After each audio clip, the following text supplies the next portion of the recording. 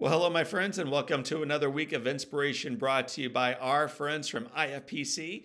My name is John O'Leary, and I wonder sometimes if the assumptions we cast onto others are as accurate as we think they might be. In a politically charged season, with a debate that we all enjoyed last week politically, with all the challenges with the economy, with the environment, with fires burning in the West, with struggles with COVID 19, and everything in the marketplace of life. I wonder if it's not a wonderful season to challenge our assumptions. I was reminded a couple years ago of how frequently my assumptions, and maybe yours too, are off. I spoke in New Orleans to a group of business owners. There were 80 business owners in the room. 79 of the business owners were highly engaged. Yet there's always that one, isn't there? There's always that one. There was one guy in the back of the room who never once raised his hand, never once took any notes, never once actively participated in the 3 hour session we had together. For the majority of the 3 hour session, this gentleman actually had the audacity to have the newspaper opened in front of him. He was completely removed from the rest of the room. And I had him pegged. I had him judged the entire time. I knew who he was. And I knew he didn't want to be there. And I knew he wasn't worthy of my effort. And then as this session ends, and I get the opportunity of meeting with the guys afterwards and doing the handshakes, giving the hugs, hearing the stories, it was an awesome celebration for 79 of us plus me, but not for that one guy. And so I grab my stuff, I load up my laptop, I grab my coffee, make my way toward the elevator at the end of this pretty wonderful day. And lo and behold, who is the last person in the room? It's the one guy who I had judged, the one guy who I knew was less than. He wasn't even worthy of my time. He didn't want to be there in the first place.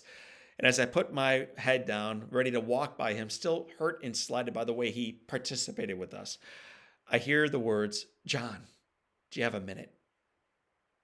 So I was shocked he even knew my name. I look up surprised, at least pretended to be, that he was still there. I walked over to him and said, "Sure." He said, "John, today's session was really hard for me." And then he mentioned that his brother had been involved in a car accident, that the car had flipped, that his brother had been trapped, that he was conscious, he was able to speak, he was able to articulate what he was going through, but he was not able to be freed from that car. And eventually, he went on to say, "John, there was nothing that anybody could do when the car eventually burst into flames."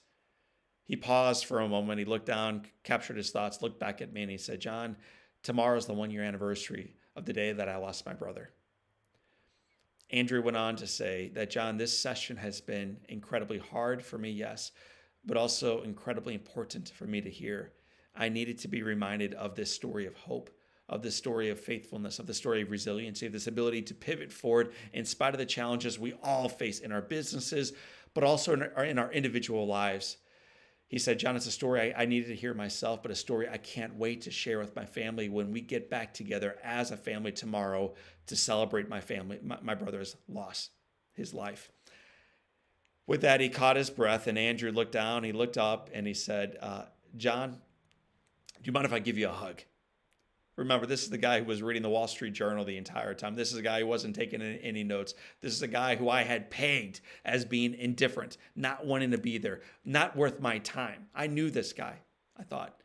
And with that, he walks 2 steps toward me, puts his arms around me, pulls me in tight, holds me, this bear hug.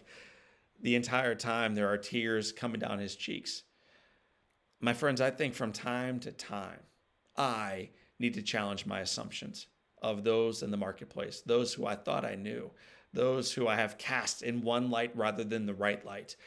But I also wonder if it's not a reminder of the need in our lives to pause to see the humanity of the people across the aisle from us, across the tracks from us, in a different part of our work areas from us, who think and vote and worshiply wildly, radically different than us.